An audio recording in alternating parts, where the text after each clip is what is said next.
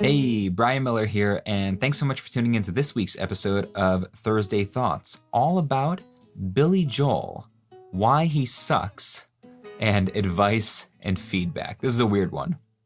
Billy Joel sucks. Now, them's fighting words, and yet I opened up Facebook to discover a long thread dispensing pure hatred at Billy Joel. He hasn't done anything to any of these people. They just don't like his music. And yet, I saw comments like this. Ugh, Billy Joel is the worst. I hate so many of his songs for different reasons. And my personal favorite, fuck that guy. If you didn't know better, you'd never guess they were talking about one of the most commercially successful artists of the 20th century. A man whose catalog includes over 100 songs in the top 100, 13 in the top 10, and at least 3 #1 chart toppers. You can't please everyone. We know this, and yet we spend so much of our lives desperately seeking the world's approval. It's nice to be liked, no doubt, and it's hard to make a living in any field, art or otherwise, if there aren't enough people in your corner. But how many is enough? It's probably less than you think, or at least it's more specific than you think. So let's talk about feedback and advice. Last year, I finally began to understand the difference between receiving feedback and receiving advice. Feedback is not ideal. It usually comes from someone who is not our friend, or at least not invested in our success. People offering feedback are not interested in a conversation. They just want to toss some negativity at you and move on to the next mark. You know that awful screeching sound a microphone makes when it's too close to a speaker?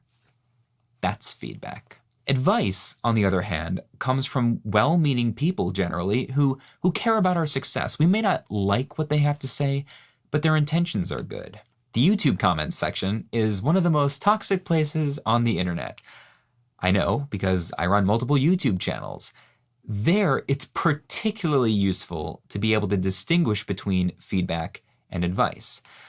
Sometimes I get comments like, "Your background music sucks. What's up with your mustache?" Or, "Cut your hair, hippie." See, that's feedback. How do I know? Because I respond to nearly every single comment on my channel with a spirit of conversation.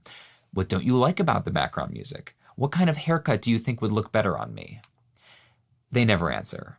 Feedback givers aren't interested in a conversation. They're simply spewing negativity for, I don't know, the fun of it.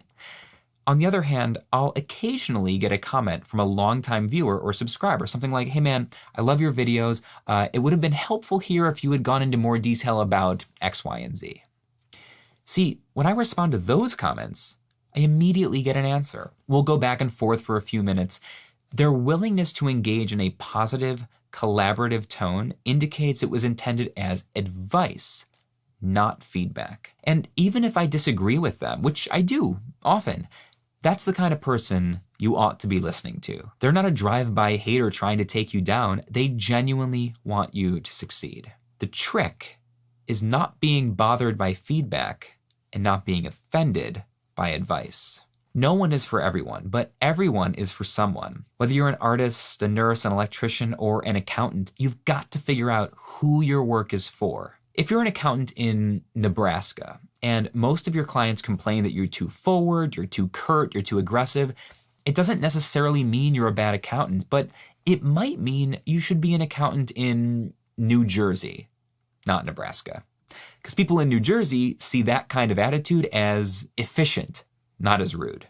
Billy Joel should not care that some people think his music is the worst thing ever.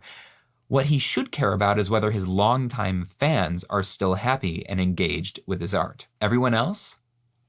Ignore them. You can't possibly please everyone, but you can definitely please someone. And the trick is finding the right group of someones and doing your best work for them. Now, if you'll excuse me, I'm going to go crank up Scenes from an Italian Restaurant.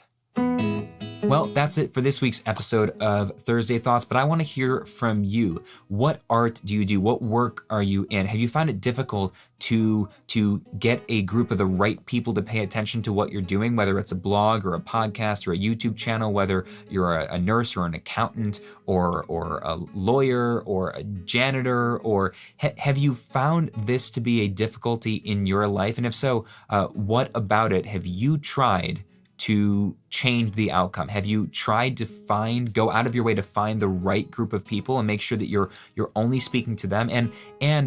Or have you gone to that group of people that doesn't seem to be getting it and asked them questions about where they're at so that you can actually meet their needs by speaking their language? I'd love to hear your thoughts. Hit me up in the comments down below. That said, my name is Brian Miller. Thanks so much for tuning in, and always remember, our world is a shared experience. Have a great day.